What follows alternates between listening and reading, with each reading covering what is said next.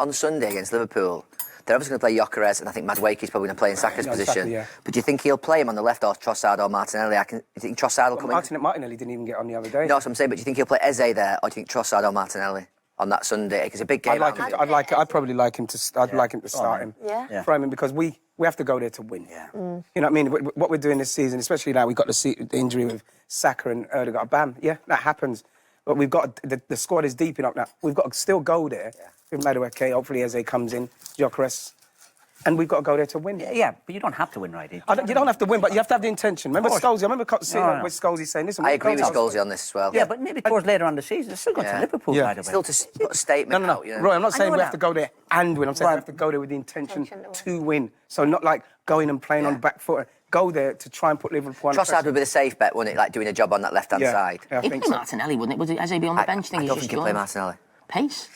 He didn't even come on the other day. I don't think he will. He was really struggled at Old Trafford, didn't he? What do you think about Gyokeres? Like, when I watch him, like, do you think he runs the There's a few times I think he's in them wide areas and he's crossing, but he needs to be more central, do you not think? He's a bit clumsy, he's a bit awkward at times, but I quite like him. He's so strong. I think he's got a body on him. But you want him central, don't you? I actually liked him at Old Trafford, and a lot of people say he was really poor. There were things that I saw, because I thought De Ligt had a brilliant game. I thought he looked like he could... You know what as well, Roy? You know what happened with him as well is that because... When's the last time Arsenal actually played with a proper number 9? Yeah. You know what I mean? So I watched him against United make runs. I watched him to some of the runs he's making against Leeds. But against... It's obviously during training they've said... when he does that, do it. Because even when he scored his goal, where he ran... Calafiori didn't even look. He just put it in, and that didn't happen at United.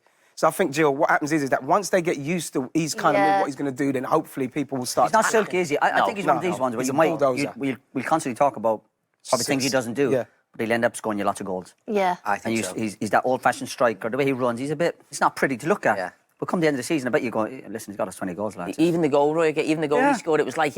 Unorthodox. No, but it was like really... Yeah. It was like, you're a striker. It's like sifting wood, isn't he? Yeah. It's like an old-fashioned striker. But I'm a little bit like... I think at the end of last season with Arsenal, you say, OK, you need a striker, probably need to score more goals. Does Arteta need to... not change, but sort of alter it a bit in terms of maybe being a bit more on the front foot? But even in the first 2 games what I watched... I don't think signing Gyokeres wins you the league. I think if Arsenal are going to win the league, it's still down to the 2 centre-backs and the goalie. I still think Arsenal's think we're going to be the best team in this league defensively by a long way. But this is why, Jamie, as well, when people continually go on about he scores against the lower end teams and the mid-block. If he does that for us this season, then we could do it. Yeah. Because, if that's what we're bringing him, I don't think that's a slight on him. If that's what he does, and we don't lose, like we it must have like he took the penalties, well, did you? You know when any cup and goes, that's another goal for a player. Absolutely. Yeah. You know what I love? Obviously we don't know him, we're getting to know him, aren't we, as a player, but also as a personality. I love the celebration with the hair and that, because people have been saying in the first game. Why does he do? He touches his hair a lot. I know, but what I'm saying is people said in the first game, didn't he? There was a stat, he touched his hair more than he touched the ball. So he's obviously seen it on social media. Do you think he's doing it more then? I was like... It's a nervous thing, obviously. But my worry from a Liverpool point of view with Arsenal is that, like, if you think of last season, I think Arsenal's defence was just a bit better than Liverpool's, but Liverpool's attack was a lot better than Arsenal's. And if Arsenal's attack will improve, probably with Gyokeres getting more goals, but also if the injuries aren't as bad, Saka, obviously, the games they missed last season. But I think Liverpool's defence could drop. You know, that matchup where last season Arsenal... But Liverpool's kind of balanced it. You always feel like they're going to score 2 or 3. It's only 2 games, but I still think Arsenal will be the best team in the league defensively. I don't think that will change. Yeah. My worry is Liverpool might drop defensively because they've got almost more attacking options. They might drop. They have dropped. Well, it has, but it's 2 games. I agree with you, Roy. At the minute, you look at Van Dijk and the load. At the moment, I know it's only a few games. He looks... He was immense on Monday. Yeah, that it's like if he's not in and around.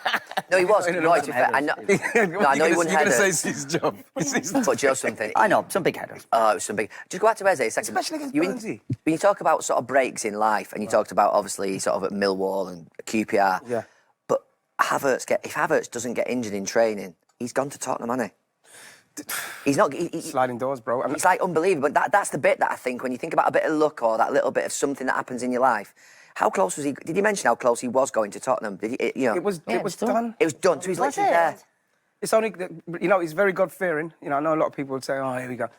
But they genuinely believe that it's happened because it's meant to happen. Yeah. You know how this works, right? Yeah. They genuinely believe that that's what it's happened. That's why like you say, when he walked out the tunnel and he looked, Yeah. you could feel it. He can't believe it. It's happened, and so. But that's a turn in life that you just think. That video you showed But he walks out there, imagine if he walked out Old Trafford, he'd have a bigger smile, bigger stadium. Would it?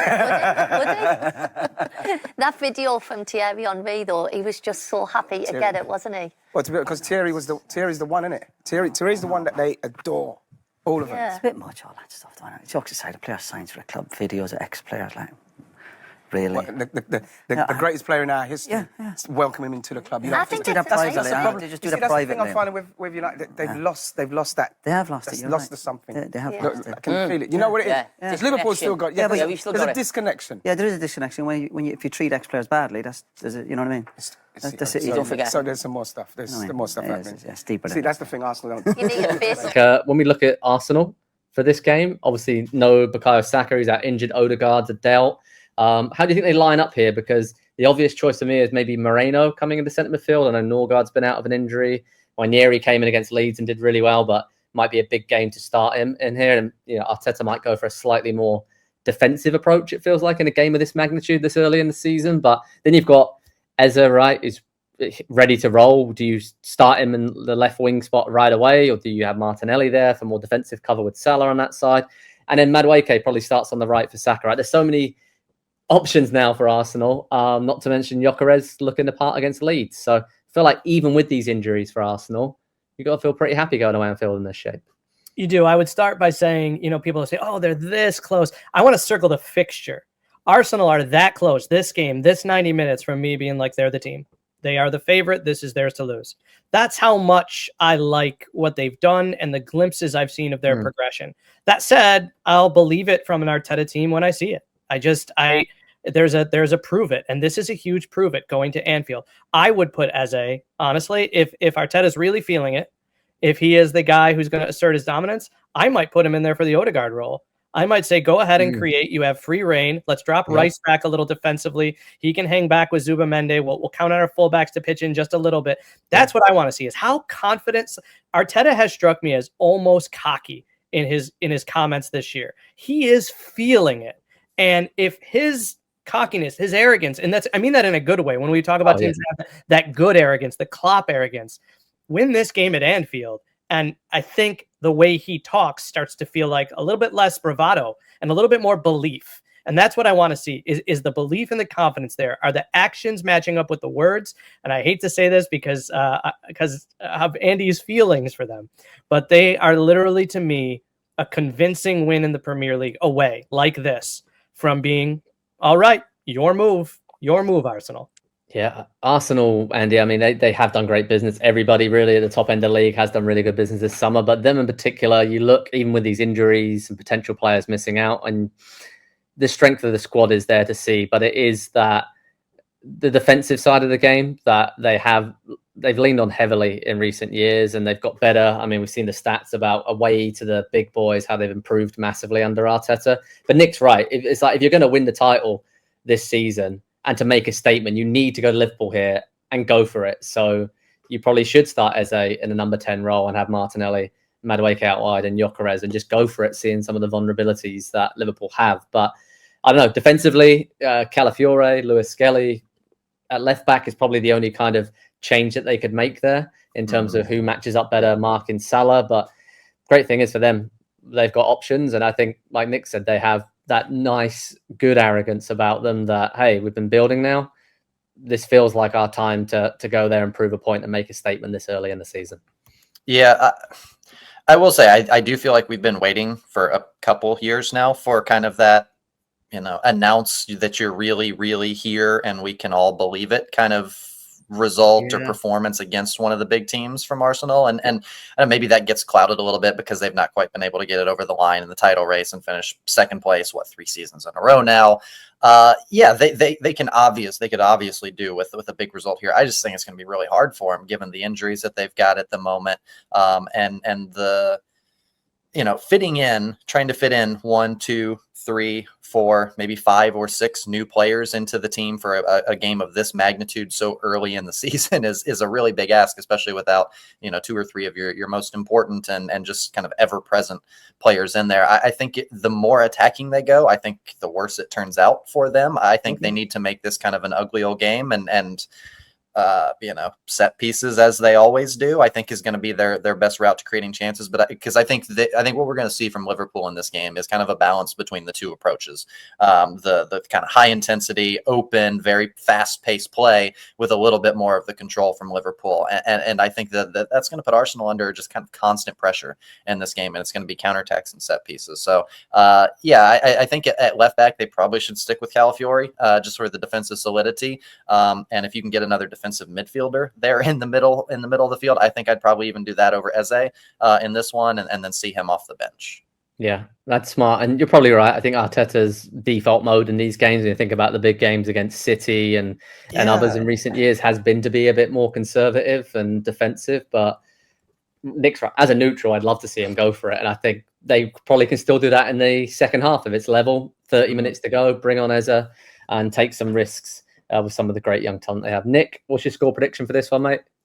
So yeah, I'm gonna go for a 1-1 draw, and the reason is, and you guys triggered this thought for me, I think it's going to take people some time to get used to the way Calafiori is kind of coming in to the midfield as much as he is with Stones, the way Stones does, the way that we've seen other teams of his ilk do it, and I think it's a new wrinkle, and I think it's going to take some teams some time to figure that out. So I would pick both teams to score. Salah can't stay cold for this long, although I think he has a goal and an assist. He hasn't quite finished where he's at. I go 1-1. If you want to go 2-2, go 2-2. But I think both teams need to go into the break on a positive, and I think either team would take a decent performance in a draw as a positive from this. Andy, what are you going with? I'm going to go 1-0 Liverpool. I do think that Arsenal will make it close and tight, but I think Liverpool are going to have a ton of chances. Maybe just struggle to put them away a little bit, because Arsenal do defend incredibly well, and they defend with 11 players at all times, so it will not be easy for Liverpool. I just think they're going to have so much of the ball, and they're going to spend so much time in Arsenal's half of the field that at some point, to Nick's point, probably Salah, the ball finds its way in.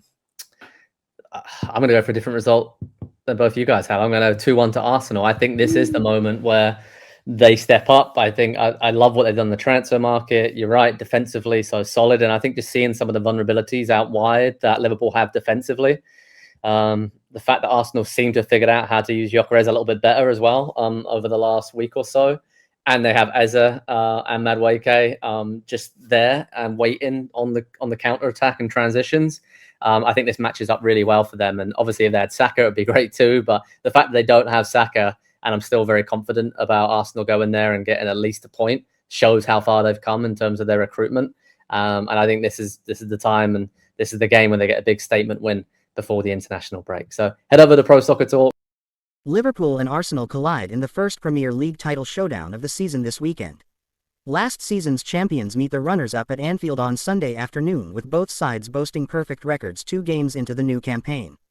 Arsenal laboured somewhat on the opening weekend against Manchester United, but still left Old Trafford with 3 points.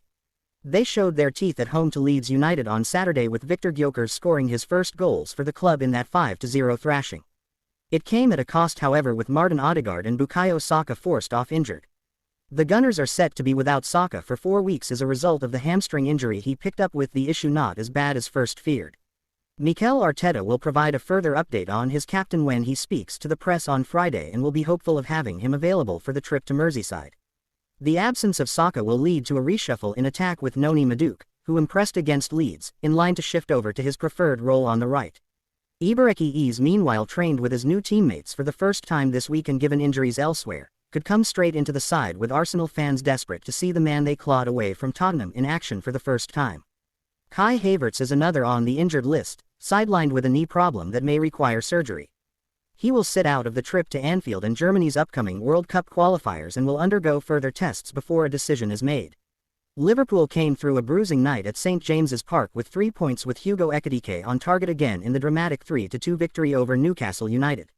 Alexis Mac Allister missed that win on Tyneside, with Curtis Jones filling in alongside Ryan Gravenberch in midfield.